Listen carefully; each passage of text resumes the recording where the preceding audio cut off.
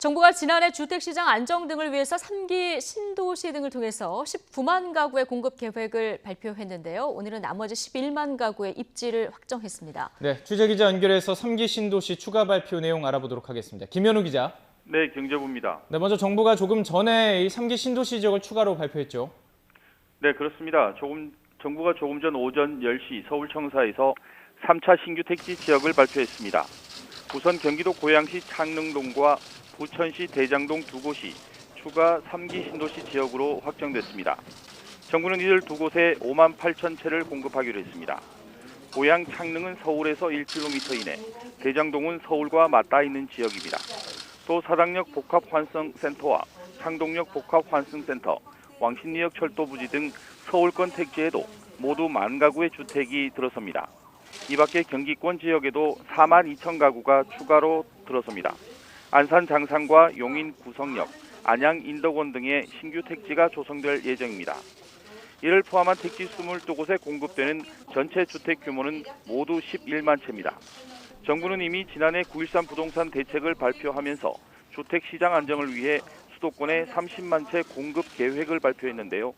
지금까지 발표된 3기 신도시는 남양주 왕숙과 하남 교산, 인천 계양, 과천 과천동 등입니다.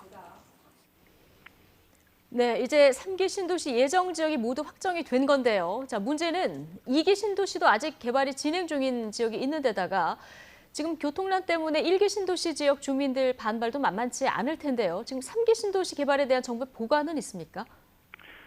네, 정부는 우선 3기 신도시 개발의 가장 큰 목표를 교통 편리성 확보에 두고 있습니다. 그래서 앞세운 목표가 서울 도심까지 30분 이내 출퇴근 가능한 도시를 만들겠다는 겁니다. 정부의 설명은 그래서 3기 신도시 예정 지역이 모두 서울로부터 평균 거리가 1km대라는 것입니다. 그러면서 지구 지정 단계에서부터 지하철 연장과 간선 버스 급행 체계보다 우수한 슈퍼 BRT 등 교통 대책도 마련하기로 했습니다. 또 기존 신도시보다 2배 정도 많은 자족 용지를 확보해 일자리를 만드는 도시로 만들겠다는 게 정부의 구상입니다.